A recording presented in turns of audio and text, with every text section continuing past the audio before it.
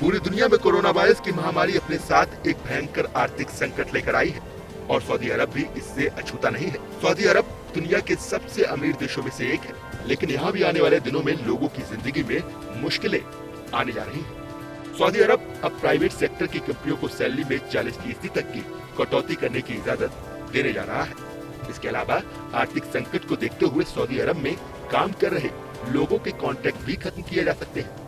Saudi अरब में 26 लाख भारतीय रहते हैं और इस फैसले का उन पर भी बेहद बुरा असर पड़ेगा। अरब के प्रमुख अखबार अशराक अल अवसाद के मुताबिक सऊदी के मानव संसाधन और सामाजिक विकास मंत्रालय ने श्रम कानून में बदलाव के लिए हामी भरती है।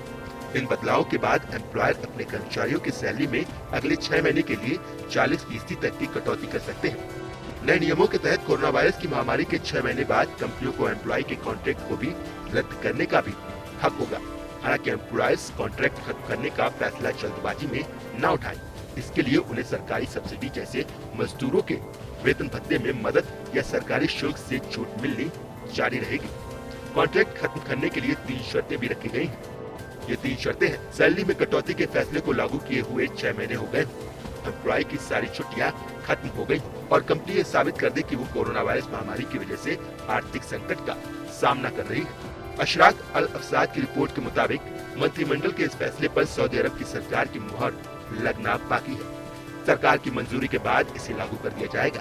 इससे पहले सऊदी अरब में भारतीय राजदूत आसिफ सैयद भी एक इंटरव्यू में कह चुके हैं कि खाड़ी देशों में काम कर रहे भारतीयों की नौकरियां जा सकती हैं और इससे भारत को रेमिटेंस का भी भारी नुकसान होगा। भारत दुनिया के उन देशों में शुमार है जहां विदेशों में रह रहे नागरिक सबसे ज्यादा पैसा घर भेजते हैं। भारतीयों ने पिछले साल रिकॉर्ड 83 अरब डॉलर की धनराशि देश भेजी थी। इस कमाई का बड़ा हिस्सा खाड़ी के देशों में काम कर रहे भारतीयों से ही आता है। हालांकि अब सऊदी अरब में भारतीय कामगारों की नौकरियों पर खतरा मंडरा रहा है और बेरोजगार होने पर उनके पास देश वापस आने के अलावा कोई विकल्प नहीं बचेगा। भारत सरकार लोगों को लाने के लिए शिप और फ्लाइट भी भेज रही है। कोरोना संकट की वजह से सऊदी की इकोनॉमी को भी बड़ी चोट पहुंची है। इकोनॉमी को पटरी पर लाने के लिए कड़े फैसले लिए जा रहे हैं। सऊदी की इकोनॉमी तेल पर निर्भर करती है और इस पर कच्चे तेल की डिमांड कम है और दाम तो जमीन पर आ गए हैं। आज कच्चे तेल को दुनिया में कोई नहीं पूछ रहा। कच्चे तेल में गिरावट से सऊदी को भी भारी नुकसान हुआ है। सऊदी अरब के विदेशी मुद्रा भंडार मार्च महीने में पिछले 20 सालों की सबसे तेजी से गिरावट आई। सऊदी अरब विदेशी मुद्रा भंडार को संतुलित रखने के लिए इस साल 26 अरब डॉलर का कर्ज लेने पर भी विचार कर रही है।